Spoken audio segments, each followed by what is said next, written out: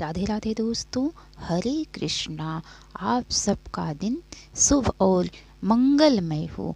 आज फाल्गुन मास के कृष्ण पक्ष की 9वीं तिथि है और आज मैं आप सबको भगवान भोलेनाथ से जुड़ी हुई फाल्गुन मास की कथा सुनाने जा रही हूँ। अगर अच्छी लगे तो लाइक करके कमेंट बॉक्स में ज़रूर बताइएगा।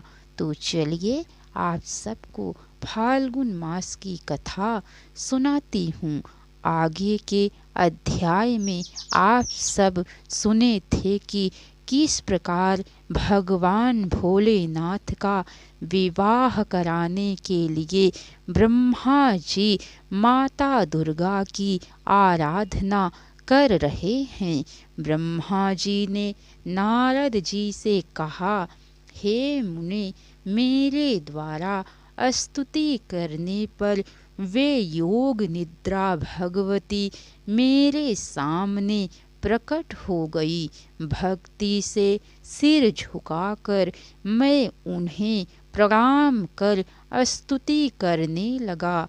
मेरी स्तुति से प्रसन्न होकर कल्याण करने वाली वे महाकाली प्रेम पूर्वक कहने लगी, हे ब्रह्मन, आपने मेरी स्तुति किस लिए की है? आप अपनी मनोभलसित बात कहें, मैं उसे निश्चित रूप से पूर्ण करूंगी। ब्रह्मा जी बोले, हे देवी, आप दक्ष की कन्या बनकर अपने रूप से शिव जी को मोहित करने वाली हूँ। हे शिवे, आप शिव पत्नी बने। भगवती ने कहा, हे पितामह, मैं दक्ष की पत्नी के गर्भ से सती रूप में जन्म लेकर अपनी लीला के द्वारा शिव जी को प्राप्त करूंगी। यह कहकर जगदम्बा शिवा वहीं अंतर ध्यान हो गई। इसके अनंतर मेरी आज्ञा पाकर दक्ष प्रजापति ने भगवती को प्रसन्न करने के लिए घोर तपस्या प्रारंभ कर दी। दक्ष की तपस्या से प्रसन्न होकर भगवती जगदम्बा प्रकट हो गई और दक्ष को यह वरदान दिया कि मैं कुछ ही दिनों में आपकी कन्या बनकर शिव की पत्नी बनूंगी। परंतु यदि आपने कभी मेरा अनादर किया तो मैं अपना शरीर त्याग दूंगी और दूसरा शरीर धारण करूंगी। यह कहकर महेश्वरी वहाँ से अंतर ध्यान हो गई। कुछ समय बाद शुभ मुहूर्त में भगवती शिवा दक्ष के घर में प्रकट हो गई। दक्ष ने प्रसन्न होकर विष्णु आदि देवताओं की आज्ञा से सभी गुणों से संपन्न भगवती जगदम्बिका का नाम उमा रखा। कुछ समय व्यतीत होने के अनंतर युवा अवस्था में प्राप्त होने पर परमेश्वरी सती महेश्वर को पति रूप में प्राप्त करने की इच्छा से माता की आज्ञा से तपस्या करने लगी। विष्णु आदि सभी देवता एवं मुनिगण सती देवी की तपस्या का दर्शन कर आश्चर्यचकित हो गए। वे सभी सती देवी को प्रणाम कर भगवान शिव के परम धाम कैलाश को चले गए। वहाँ सभी देवताओं तथा ऋषियों ने भगवान की स्तुति की। उनकी स्तुति से प्रसन्न होकर भगवान शंकर ने उनके आने का कारण पूछा। सभी देवताओं और ऋषियों ने भगवान शिव से आग्रह किया कि विश्व हित के लिए तथा देवताओं के सुख के लिए परम सुंदरी सती को पत्नी के रूप में ग्रहण करे। हे प्रभु, वे शिवा सती नाम से दक्ष पुत्री के रूप में अवतीर्ण हुई हैं। वे दृढ़ व्रत में स्थित होकर आपके लिए तप कर रही हैं। वे महातेजस्विनी सती आपको पति रूप में प्राप्त करने की इच्छुक हैं। हे महेश्वर, उन सती के ऊपर कृपा कर उन्हें वर देकर उनके साथ विवाह करने की कृपा करे। भक्त वत्सल भगवान शिव ने तथा आस्तु कहकर उनके निवेदन को स्वीकार कर लिया।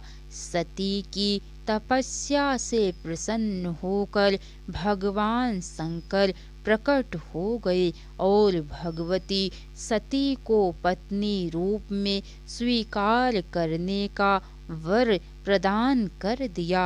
इसके अनंतर ब्रह्मा जी की सन्निधि में दक्ष के यहाँ शिव सती का विवाह समारोह पूर्वक संपन्न हुआ। विवाह के अनंतर भगवती सती और भगवान शंकर अपने स्थान कैलाश पर पधार गए। कैलाश तथा हिमालय पर्वत पर शिवा और शिव के विविध विहारों का विस्तार पूर्वक वर्णन करने के पश्चात ब्रह्मा जी ने कहा, हे मुने, एक दिन की बात है। देवी सती ने भगवान शंकर से जीवों के उद्धार के लिए तत्व ज्ञान प्राप्त करने की इच्छा व्यक्त की। भगवान शंकर ने अपनी भार्या सती से उत्तम ज्ञान का प्रतिपादन करते हुए नवधा भक्ति के स्वरूप का विवेचन किया। सूत जी कहते हैं, एक समय की बात है, भगवान रुद्र वृषभ श्रेष्ठ नंदी पर आरूढ़ हो भूतल पर भ्रमण कर रहे थे। घूमते घूमते उन्होंने दंडकारण्य में लक्ष्मण सहित श्री राम को देखा, जो अपनी प्यारी पत्नी सीता की खोज करते हुए हा सीते ऐसा उच्च स्वर से पुकारते तथा बारंबार रोते थे। उस समय भगवान शंकर ने बड़ी प्रसन्नता के साथ उन्हें प्रणाम किया और श्री राम के सामने अपने को प्रकट किए बिना वे दूसरी ओर चल दिए। भगवान शिव की मोह में डालने वाली ऐसी लीला देख सती को बड़ा विस्मय हुआ। उन्होंने शंका युक्त होकर भगवान शंकर से पूछा, हे देव, विरह से व्याकुल उन दोनों को देखकर आपने इतना विनम्र होकर उन्हें आदर पूर्वक प्रणाम क्यों किया? भगवान शिव ने कहा, हे देवी, ये दोनों राजा दशरथ के विद्वान पुत्र हैं। बड़े भाई राम भगवान विष्णु के संपूर्ण अंश से प्रकट हुए हैं। छोटे भाई लक्ष्मण शेषा अवतार हैं। वे जगत के कल्याण के लिए इस पृथ्वी पर अवतीर्ण हुए हैं। भगवान शिव की यह बात सुनकर भी सती के मन में विश्वास नहीं हुआ।